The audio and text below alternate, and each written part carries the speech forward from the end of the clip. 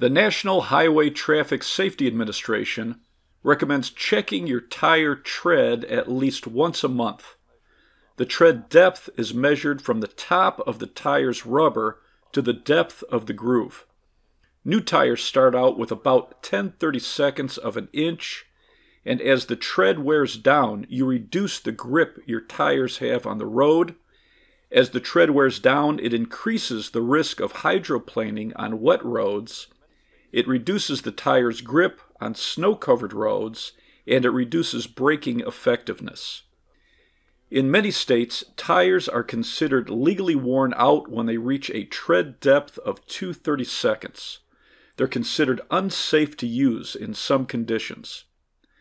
To easily check if your tread depth is 2/32, you can put a penny with Lincoln's head down into the tread. If you can see all of Lincoln's head and the tread is touching the top of his head, you only have 2/32 tread depth, and you should replace your tire.